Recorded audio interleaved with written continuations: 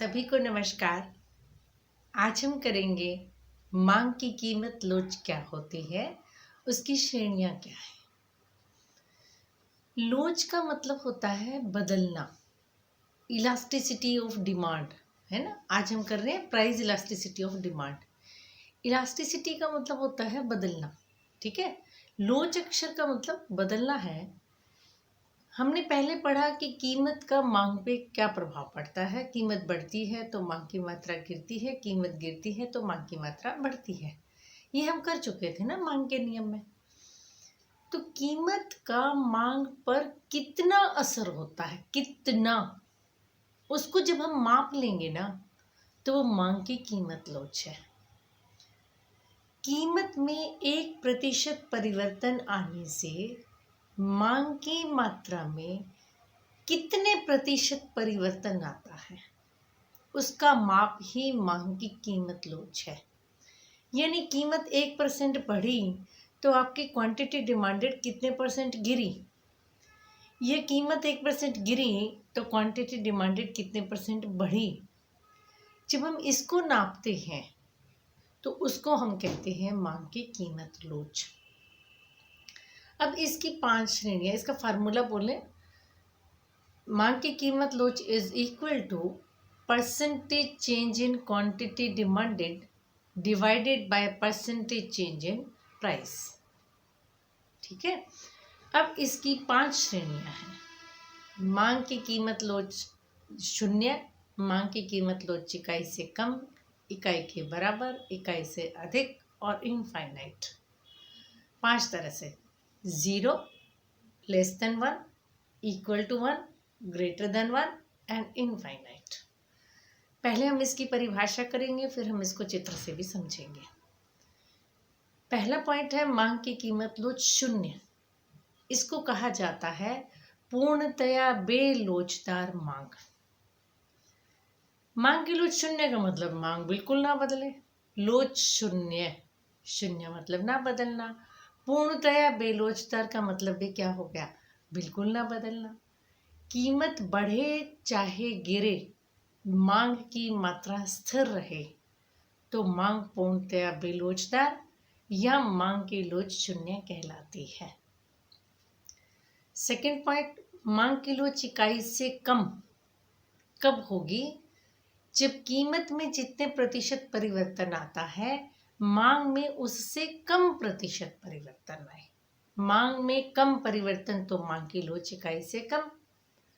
कीमत में जितने प्रतिशत परिवर्तन आता है मांग में उससे कम प्रतिशत परिवर्तन आए तो मांग की लोच इकाई से कम होगी। इसके बाद मांग की लोच इकाई के बराबर कब होगी, जब कीमत में जितने प्रतिशत परिवर्तन आता है मांग में भी उतने ही प्रतिशत परिवर्तन आए तो मांग की लोच इकाई के बराबर होगी। दोनों में इक्वल चेंज आया। फोर्थ पॉइंट होगा, कीमत में जितने प्रतिशत परिवर्तन आया मांग में उससे ज्यादा प्रतिशत परिवर्तन आ जाए तो मांग की लोच इकाई से अधिक होगी। और अनंत कब हो जाएगी, जब कीमत स्थिर रहे और मांग की मात्रा बदलती रहे तो मांग की लोच अनंत हो जाती है। याद करने का तरीका हमेशा याद रखें, मांग की लोच के साथ क्या शब्द है। मांग की लोच 0 है तो मांग नहीं बदलनी। मांग की लोच 1 से कम है तो कीमत की अपेक्षा मांग कम बदलेगी, है ना। और मांग की लोच इकाई के बराबर है तो इसका मतलब कीमत और मांग इक्वल बदलेंगी। मांग की लोच इकाई से अधिक है, इसका मतलब कीमत से ज़्यादा मांग बदलेगी, है ना, मांग में ज़्यादा परिवर्तन आएगा। और मांग की लोच अनंत है, इसका मतलब मांग बदलती रहती है, कीमत में कोई परिवर्तन नहीं आता। क्लियर। अब हम इसको चित्र से करते हैं। अब हम चित्र के माध्यम से समझते हैं कि मांग की कीमत लोच 0, 1 से कम, 1 के बराबर और 1 से अधिक और अनंत कब कब होती है। सबसे पहले हमने वाई एक्सिस और एक्स एक्सिस बनाना है। यहाँ पर हमने लिखना है मांग की मात्रा, क्वांटिटी डिमांडेड, और यहाँ हमने लिखा कीमत, ठीक है।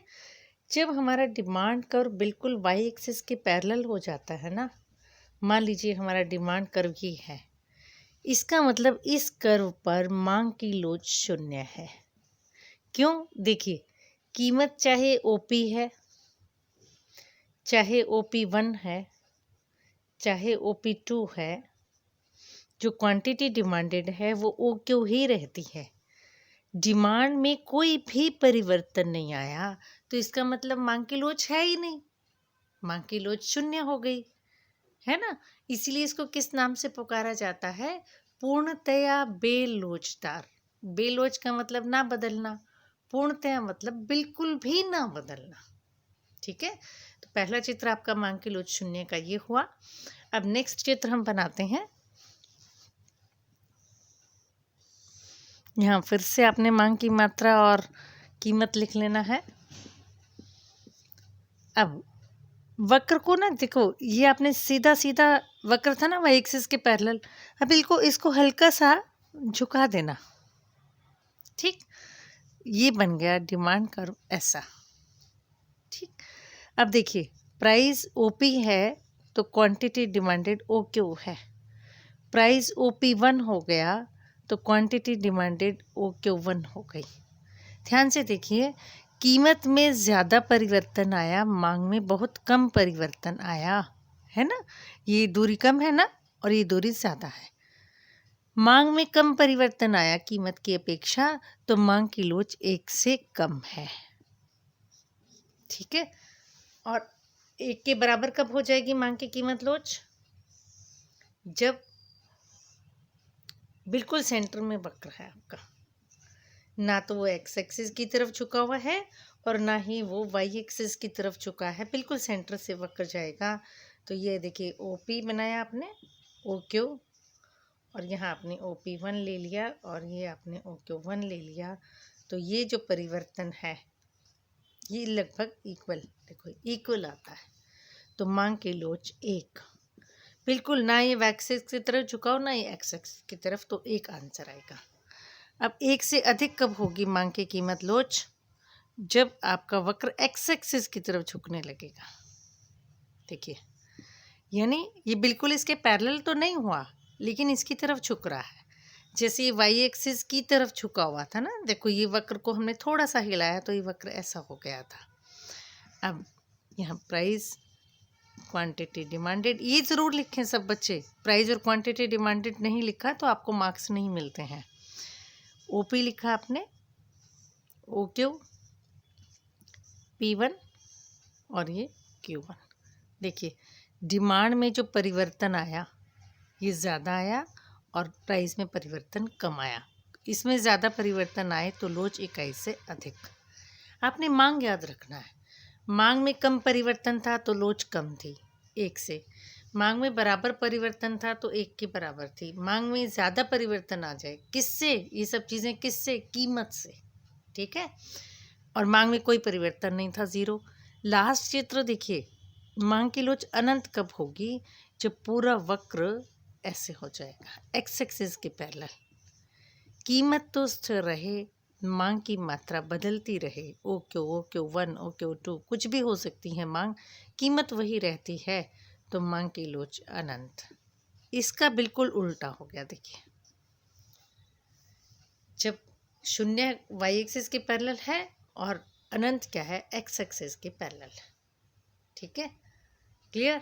अब हम पांचों चित्रों को एक साथ भी बना सकते हैं।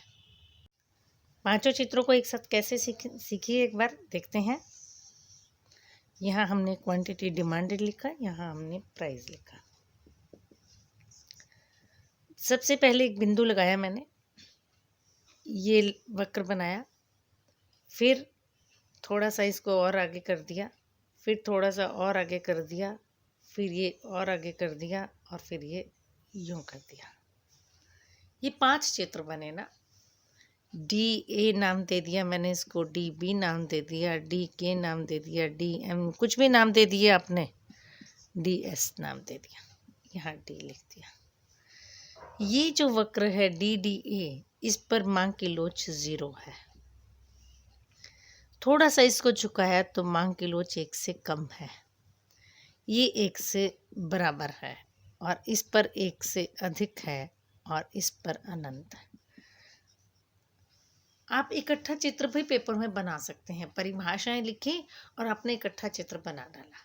फिर कहा कि पहला चित्र जो है डी ए ये है और डी बी इसको प्रकट करता है, डी के इसको, और 5 लाइनें लिख दी, आपका क्वेश्चन ओवर हो गया।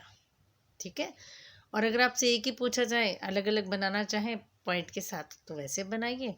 और याद करने का तरीका बढ़ते क्रम में है। देखिए बेटा, 0 से शुरू हुआ, 0, less than 1, equal to 1, greater than 1 and infinite. Clear.